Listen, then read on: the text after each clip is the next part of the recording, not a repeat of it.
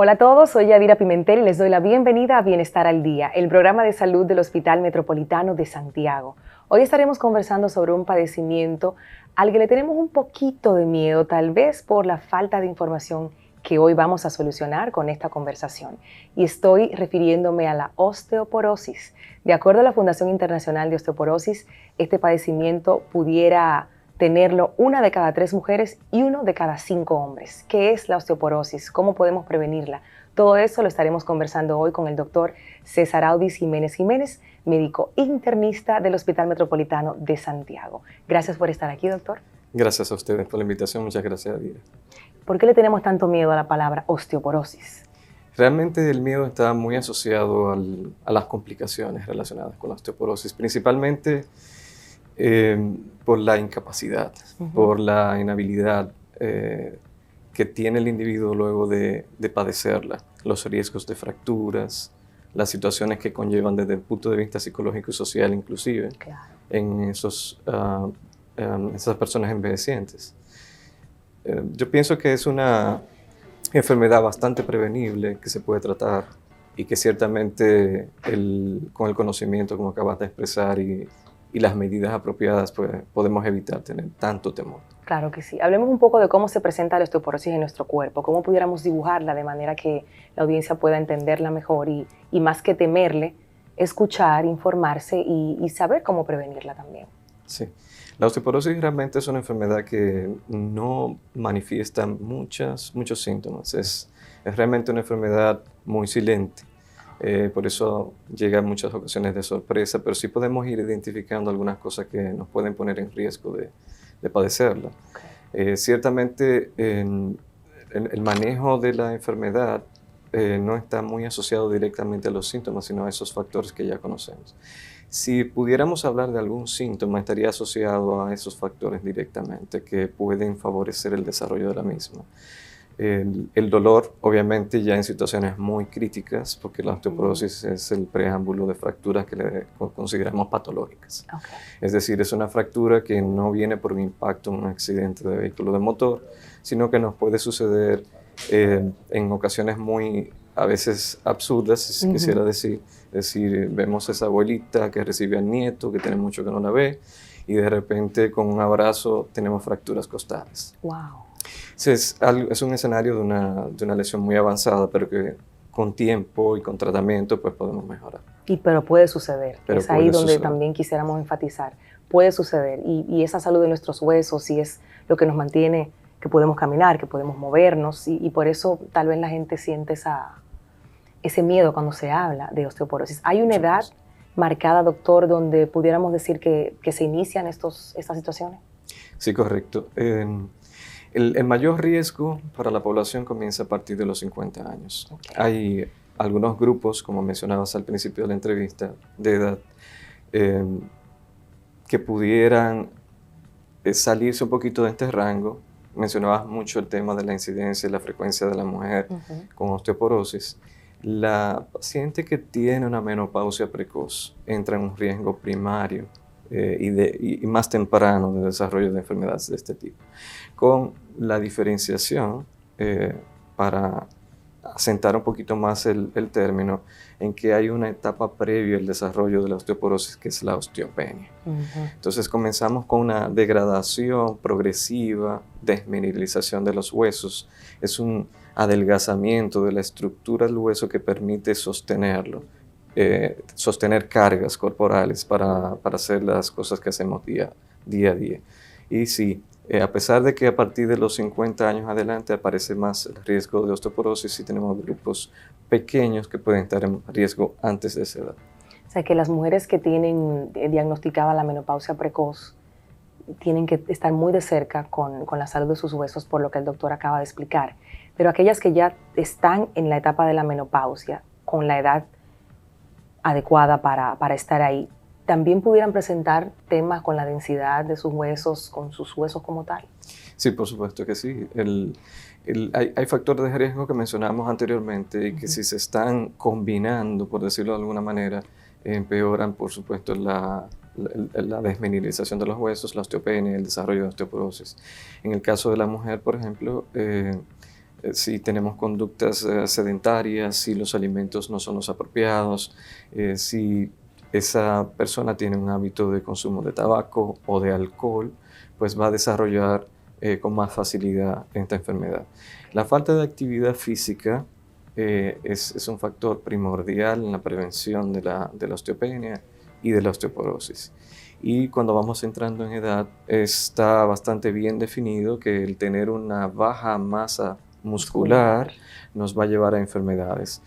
Ese temor a fracturas está muy relacionado con la inestabilidad que tenemos musculoesquelética. Claro. Es decir, si tenemos los músculos con una densidad muy baja y no hemos aprendido a hacer ejercicios de esfuerzo, pues nos atrapa la edad en un momento en que si tengo osteoporosis y no tengo la fuerza para movilizarme, tengo que subir unas escaleras, me da temor. Puedo caerme y sé que tengo un problema de debilidad en los huesos, entonces me han hablado del riesgo de las fracturas y entonces comienza el temor a las caídas. Es así. Hablábamos al inicio de esas estadísticas mujer-hombre.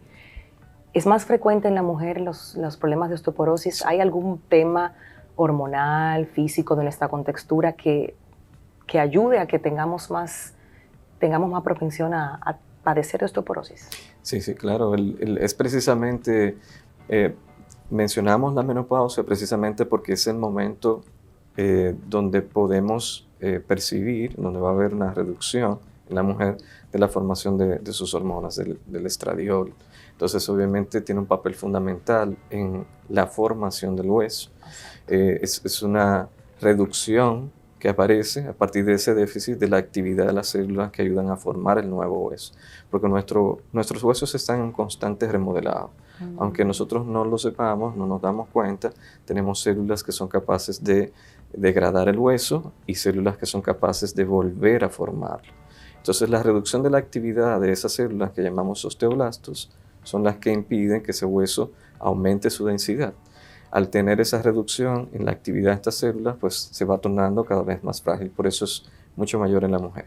Aunque hay que destacar que en el hombre una fractura tiene mayor mortalidad, porque por lo regular el hombre tiene la tendencia a desarrollar hábitos tóxicos más que la mujer y, por supuesto, comorbilidades relacionadas a ellos, enfermedades pulmonares, cardiovasculares, que con un encamamiento por una fractura, pues ciertamente nos llevan a situaciones de mayor mortalidad. Claro que sí, y me quedo con la mujer porque cuando hacemos nuestras citas periódicamente al ginecólogo, además de colocarnos ahí en esa receta, la sonomamografía, el chequeo general, ahí siempre nos ponen también la densitometría ósea también. En mi última visita salió justamente osteopenia.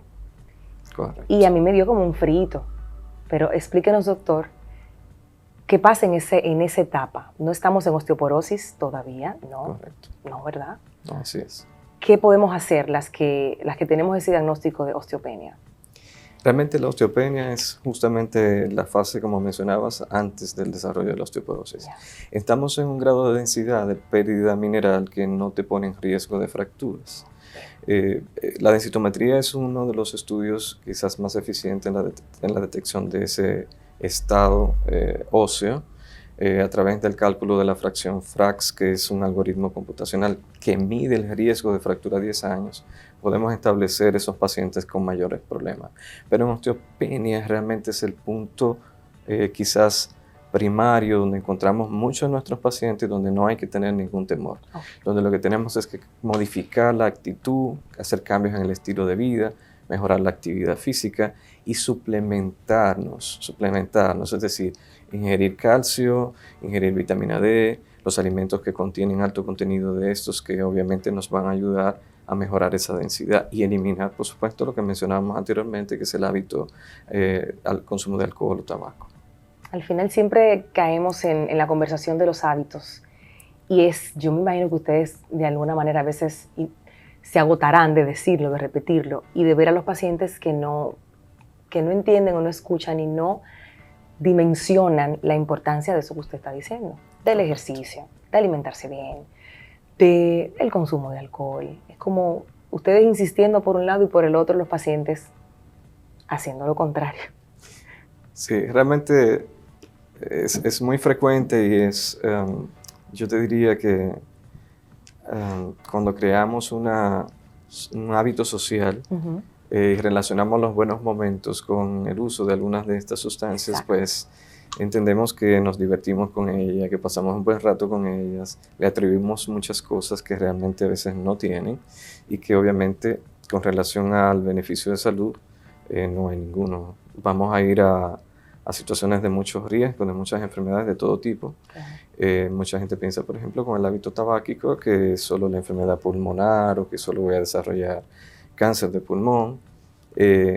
Estadifican de manera personal la experiencia con este hábito sobre si yo voy a desarrollar esta enfermedad. Yo conozco mucha gente, o sea, su mapeo mental está sujeto Muy al estructurado. entorno al que vive. Bueno, yo conozco mucha gente que fuma y no le ha pasado nada. Así es. Y entonces al no ver de manera directa, de manera global, las estadísticas sobre las lesiones que producen estos hábitos, pues se quedan con ese entorno que les rodea y piensan que a ellos tampoco les va a pasar nada.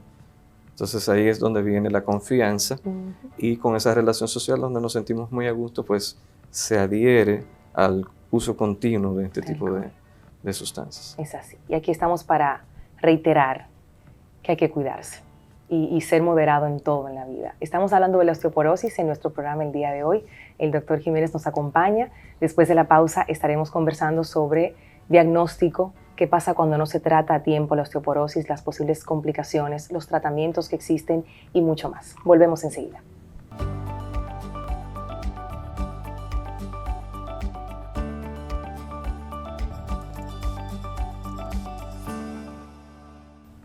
El doctor Jiménez está con nosotros, médico internista del HOMS. Estamos hablando de la osteoporosis. Estamos tratando de que le eliminemos el miedo a la palabra y empecemos a informarnos y a prevenir y a tener más cuidado con la salud de nuestros huesos. Los diagnósticos, doctor, ¿cómo llegan ustedes al diagnóstico de la osteoporosis?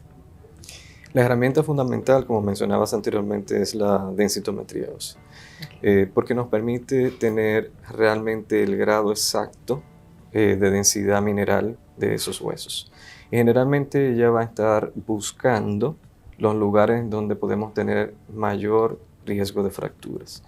La densitometría, cuando se realiza, mira las zonas de mayor apoyo del cuerpo, donde hay mayor fuerza, donde hay mayor peso, como son la zona baja de la columna y las caderas. Nuestro peso obviamente es un factor para el desarrollo de esas fracturas. Todo el cuerpo está apoyado fundamentalmente sobre el área pélvica y la pelvis distribuye en las caderas el peso hacia el suelo. Por supuesto, este punto de apoyo, imagínate al caminar, por ejemplo, con un hueso que está muy debilitado, yo pongo todo el peso en cada paso, en cada una de mis caderas. Si tengo sobre eso una caída y tengo un hueso con mucha debilidad, pues ciertamente ese hueso puede sufrir una fractura que inclusive, en el caso del temor de los pacientes, es de difícil corrección. Es decir, amerita en muchos casos, en la mayoría de los casos, intervenciones quirúrgicas. Así de profundo. Así de profundo. ¿Y existen grados de osteoporosis? Es decir, grado 1, 2, de acuerdo a eso que ustedes observan en este estudio. Sí, por supuesto, hay grados muy severos, grados un poco más leves, que obviamente podemos resolver de distintas formas. De acuerdo a esa severidad, es que se establecen las terapéuticas para el paciente. Okay, pudiéramos hablar de esas opciones de tratamiento que se tienen para que la gente también sepa que de tener osteoporosis hay mucho que hacer. Lo que no podemos es quedarnos sentados a esperar que la enfermedad siga su curso. Correcto. La osteoporosis realmente como tal va a necesitar el apoyo no solamente de los suplementos vitamínicos que conversábamos previamente, como el calcio y la vitamina D, sino que también junto con el resto de los factores ambientales que modificamos, se agregan algunas sustancias que le llamamos bifosfonatos, que ayudan a la formación de ese nuevo hueso, sobre todo a integrar esas vitaminas, ese calcio, para que se fortifique el hueso. Algunos de estos tratamientos obviamente están establecidos de acuerdo a la formulación de la droga para uso semanal, para uso mensual y en casos de más severidad para uso anual. Los bifosfonatos son esos clásicos, esa clásica pastilla que le damos al paciente que se debe tomar una vez a la semana junto con sus vitaminas y o una vez al mes, depende del tipo de bifosfonato. Pero existe medicina como el ácido zoledrónico que se utiliza como una inyección anual. El paciente que tiene sobre todo mala adherencia a los tratamientos o que puede tener intolerancia gástrica a algunas de las medicinas que necesitamos, pues puede entrar de acuerdo a su condición de osteoporosis, que tan severa esté, al uso de esta medicina anual.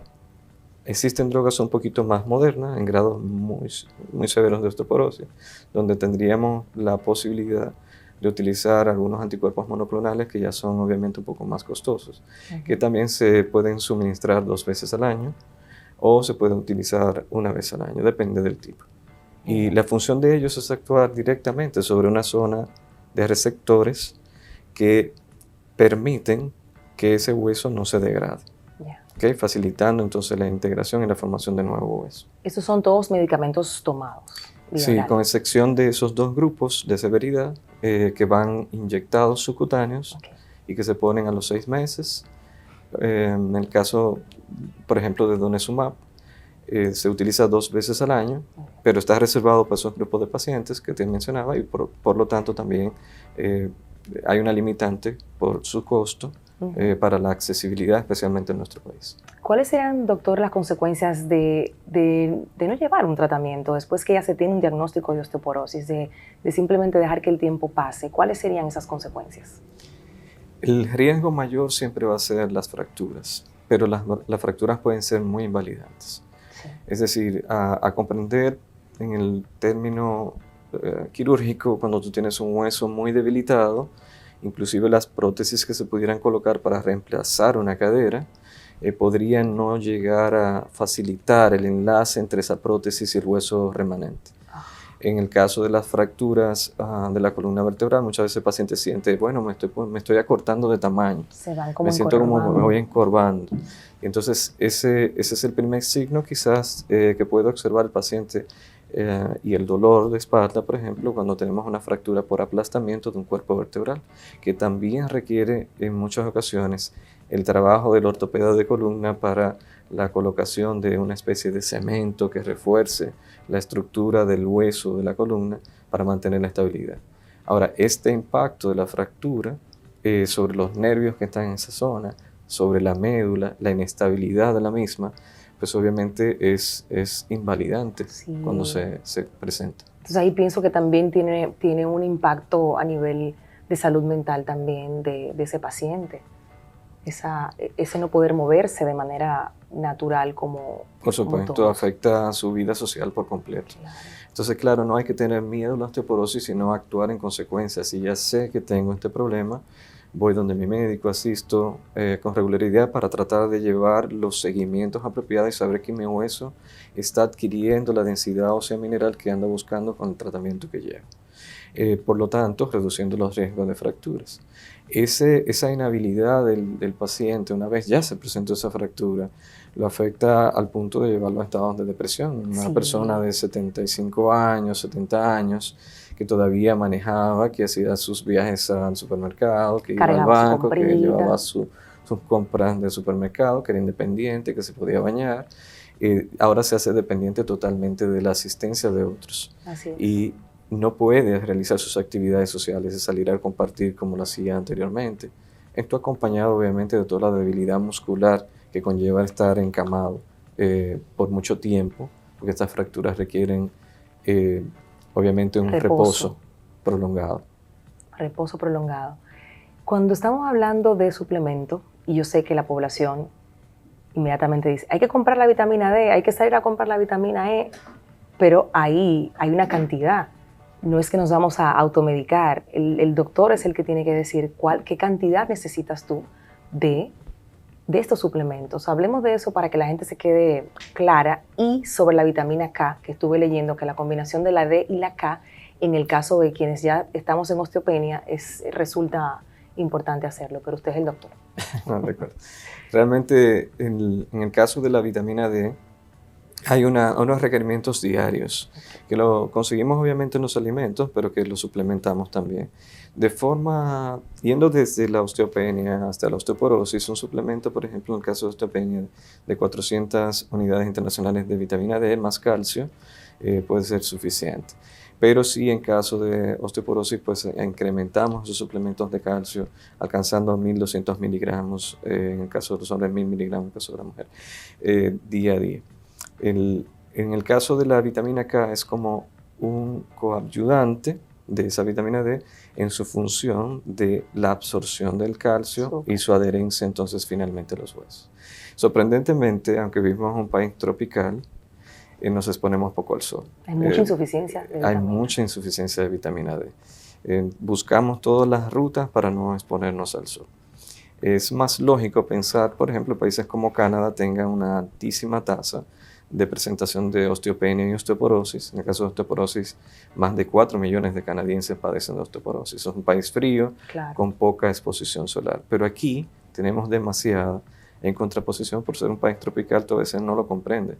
Sí. Pero tú llegas a ver los muchachos que van en los motores y todo el mundo está cubierto con abrigos, se cubren la cabeza. Claro, no es una exposición directa al sol, la que estamos buscando por mucho tiempo. Es comprensible que se proteja, pero también ciertamente tratamos de evitarlo casi en su totalidad, y lo que no es bueno. Y nos toca tomar nuestro solecito. Nos toca tomar nuestro solecito. Nos toca tomar nuestro solecito. Una conversación sumamente interesante. La osteoporosis, este padecimiento, ya a partir de esta conversación no es a temer, sino a prevenir, a alimentarnos bien, a tener mejores hábitos y a estar muy de cerca con nuestros abuelitos. Correcto. De llevarlos al médico. Gracias, doctor, por acompañarnos. Gracias a ti, gracias por la invitación. Un placer. Claro que sí. Después de la pausa vamos a profundizar el tema de la osteoporosis y la alimentación. Como bien decía el doctor, la alimentación por un lado, el suplemento, pero ¿cuáles son esos alimentos que pueden ayudar a que nuestros huesos estén en mejor estado? Después de la pausa te vas a enterar.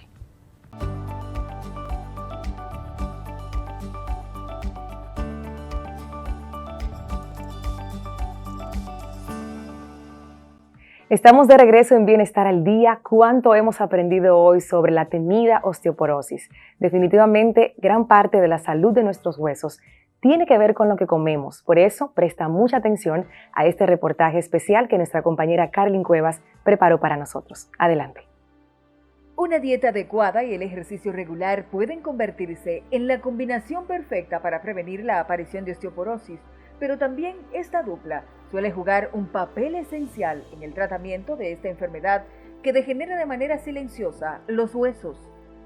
Pues a través de la dieta obtenemos todos los sustratos que necesitamos para lo que es la formación del hueso, y el ejercicio, pues utilizando los sustratos de la dieta para la formación del hueso, hace que estos sustratos se puedan llevar adecuadamente en lo que es la osificación. La especialista en nutrición, Priscila Lora, explica que todos los alimentos contienen materiales o elementos como vitamina D, magnesio, fósforo o fuentes de proteínas que van a favorecer la formación y desarrollo del hueso, pero destaca los lácteos por su alto contenido en calcio, que supone el mineral más importante en el cuerpo humano. Entonces, ¿cuáles son las principales fuentes de calcio? Pues todos los derivados de los lácteos obviamente son ricos en calcio. De aquí está también lo que es los quesos, el yogur, el ghee. Pero en caso de personas que sean vegetarianas o veganas pueden haber otras fuentes. Claro, su biodisponibilidad no es la misma, pero aún así, a través de lo que son los alimentos funcionales o suplementados, los alimentos o vegetales verdes son ricos en calcio. El pescado, especialmente la sardina y el salmón enlatado, ya que normalmente son peces que se pueden ingerir con lo que es su esqueleto, o sea, los huesos, y obviamente esto es una fuente rica de calcio. Esta correcta ingesta de calcio y vitaminas debe completarse con el consumo de proteínas magras, es decir, con bajo contenido de grasas, indica la nutrióloga, quien además sugiere que si el paciente tiene una restricción alimenticia, puede compensarlo con multivitamínicos y suplementos, preferiblemente con la orientación de un médico que pueda guiarle según su necesidad.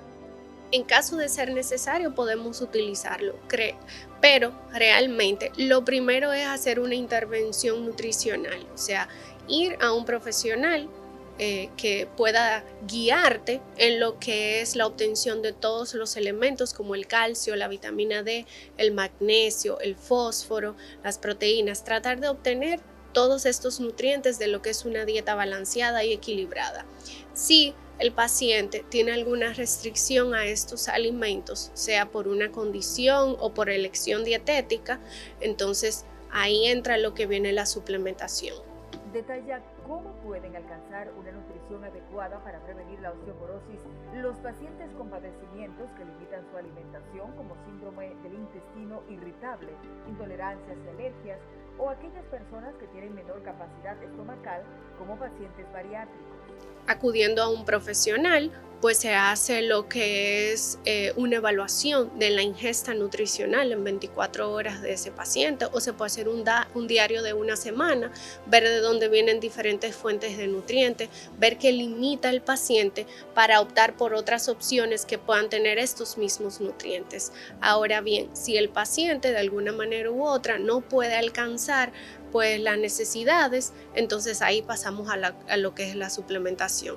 Al igual que el bariátrico, también depende mucho de qué tipo de cirugía tenga, una manga o un bypass, y en qué etapa se encuentre.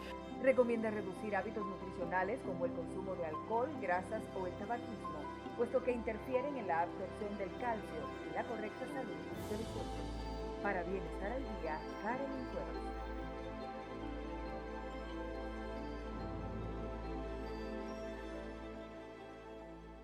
Hemos llegado al final de Bienestar al Día por esta semana, agradeciendo su sintonía y recordándoles que estamos en nuestras plataformas digitales en Instagram, @bienestaraldiatv, y también en nuestro canal de YouTube, donde puedes ver otros episodios de este espacio de mucha información y de bienestar, porque para eso estamos. Soy Yadira Pimentel, nos encontramos la próxima semana.